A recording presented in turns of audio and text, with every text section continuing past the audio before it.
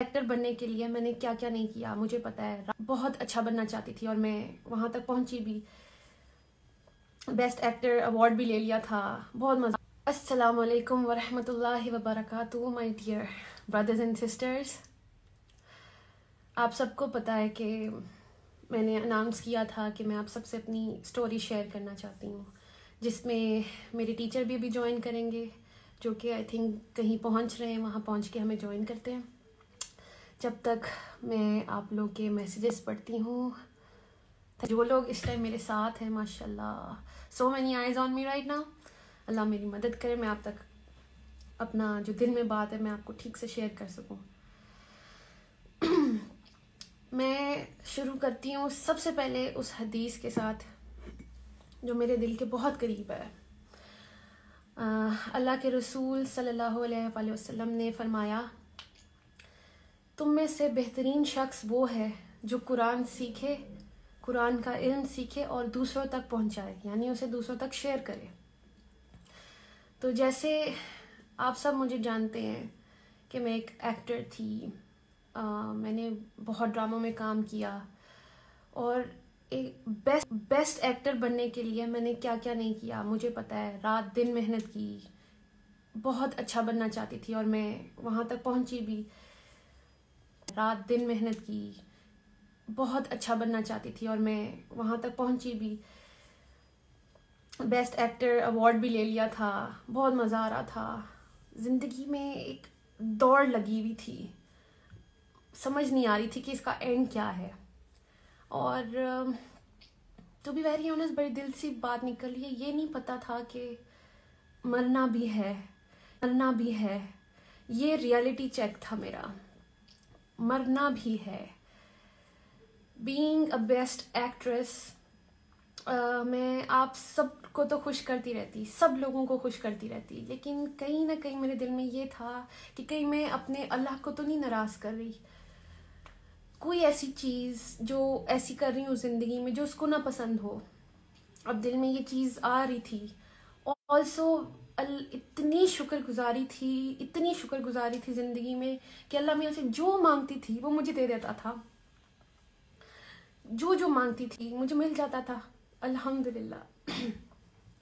शादी करनी थी, अल्लाह ने शादी कर, मुझे इतना अच्छा हस्बैंड मिल गया। औलाद चाहिए थी, अल्लाह मैंने औलाद दे दी, अल्हम्दुलिल्लाह। सब कुछ अच्छा चल रहा था, घर की लाइफ भी इतनी प्यारी चल रही थी। कहीं ना कहीं एक सुकून की कमी थी। मुझे बाद में समझ आई कि वो सुकून था जो मुझे सुकून की तलाश थी। मतलब सब कुछ था मेरे पास, सिर्फ सुकून को ढूंढ रही थी। और फिर मुझे ऐसा लगा कि शायद सुकून मेरा, क्योंकि मैं काम छोड़ा था, शादी कर ली थी, मुझे लगा मैं घर के कामों में बिजी रहूंगी, लेकिन ऐसा कुछ नहीं चला। फिर मुझे लगा कि मैं काम करूंगी तो शायद मुझे सुकून आएगा। मैं उसकी तैयारी में लग गई। मैंने ज़ाहिर बेबी के बाद थोड़ी सी हेल्दी हो गई थी। फिर मैंने वर्कआउट स्टार्ट किया। सारे ड्रामा पीपल जिनके साथ मैं काम करती थी सबको मैंने लाइन अप कर लिया था। कभी कहती थी कि मैं विंटर्स में स्टार्ट करूँगी, कभी कहती थी कि मैं जनवरी में स्टार्ट करूँगी। एनीवेज, जो प्रोडक्शन हाउसेस मेरे दिल के बहुत करीब थे, मैंने उन सबको लॉक कर लिया हुआ था कि मैं जनवरी में इंशाल्लाह कम बैक करूँगी और जिसका भी स्क्रिप्ट पसंद आएगा तो मैं उनके साथ काम शुरू कर दूँगी। तैयारी मेरी पूरी चल रही थी, लेकिन एक दिन एहसास हुआ कि मुझे ज़िंदगी में चाहिए क्या था। अच्छा, जब ये मैंने सोचा तो मुझे समझ आई, मुझे तो फैमिली चाहिए थी। फैमिली में मिल गई। अब मुझे लग रहा था अगर मैं काम शुरू कर दिया तो मैं कहीं मैं इनसे ना डिस्ट्रैक्शन ना हो काम मेरी। तो अच्छा, मुझे समझ नहीं आ रही थी कि मैं क्या करूं। मैं वर्कआउट टीचर थे मेरे पास और मैंने उन्हीं से सवाल कर दिया। मैंने कहा सर, मेरे पास मैं उनसे काफ़ी चीज़ें शेयर करती थी। मैंने उनको कहा कि सर, मेरी ये किताब एक शेल्फ पे पड़ी रहती है, कुरान मजीद, और हम सब के घरों में होती है, ये हमें इसे बड़ी इज्जत देते हैं और टॉप जगह पे रख देते हैं। कभी खोल के तो देखते नहीं है, तब देखते हैं जब कभी रमज़ान हो या अल्लाह माफ़ करे किसी कोई इंतकाल कर जाए, मतलब हम तब इस तरह तक अप्रोच करते हैं। एनीवेज, बात ये है कि मैंने कुरान को अप्रोच करना चाहा। तो उस सिलसिले में मैंने अपने टीचर से पूछा, टीचर की बहन भी पढ़ रही थी, तो उन्होंने मुझे ना इस कुरान से कनेक्ट करवा दिया। तो मैं चैप्टर 2 तक पहुंची थी, तो विच इज़ सूरह बकरा। इकरा वो छोटी सी बच्ची हैं 23 इयर्स की, और मैंने उनसे एक चीज़ शेयर की। मैंने कहा मैं इस कुरान को, मुझे नहीं पता, इसका मैं अकेले में पढ़ती हूँ तो मुझे समझ नहीं आती है, तो आप थोड़ी सी मुझे तफसीर बता दें। तो उन्होंने कहा मैं आपकी हेल्प करूँगी। उन्होंने मुझे अच्छा सा समझाना शुरू किया। अभी कोई दूसरा तीसरा दिन था, तो मैं चैप्टर 2 पे आई, तो मुझे एक आईना सा दिखा कि मुझे ऐसा लगा जैसे कुरान मुझसे बात कर रहा है। तो अब आयत में मैंने अपने आप को देखना शुरू किया। मुझे एकदम पहले तो बड़ा मज़ा आया। मुझे चैप्टर 2 में पहले मुत्तकी में लगी, अच्छा जी, फिर आ गया मुनाफिक का चैप्टर आया।